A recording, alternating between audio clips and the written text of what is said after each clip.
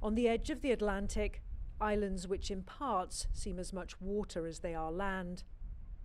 Experts say the Uists are on the front line of climate change. And some of those who call this home are already adapting to their shifting landscape.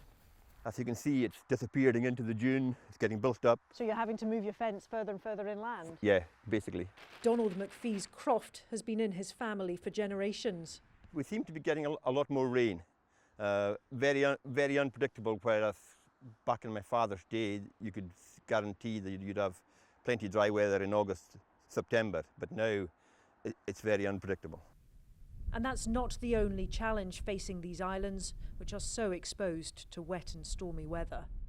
Climate change has the potential to have a profound impact on Uist. A lot of the land actually lies below the level of the sea for much of the tidal cycle.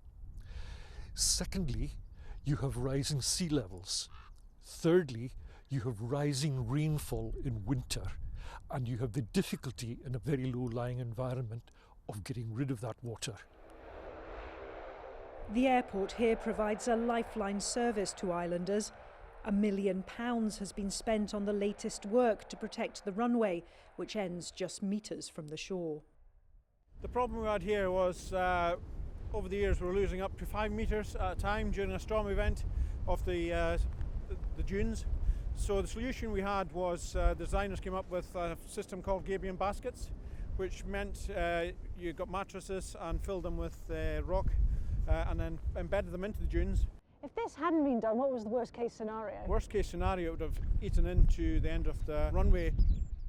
This low-lying watery landscape is vulnerable to changes in our climate, with predictions that the sea level here could rise by as much as ½ a metre over the next few decades.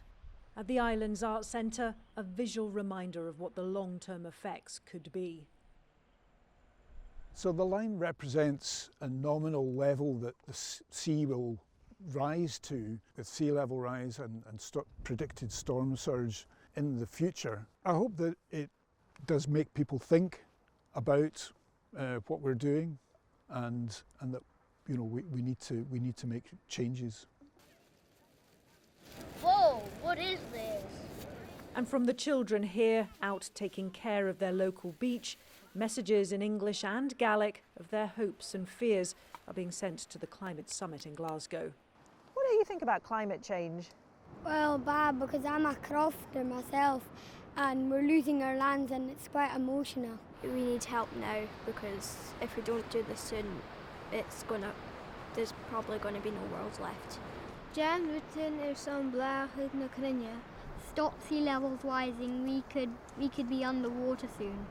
These small islands hoping for big commitments from world leaders to mitigate the worst that climate change might bring. Lorna Gordon, BBC News, in the Uists in the Outer Hebrides.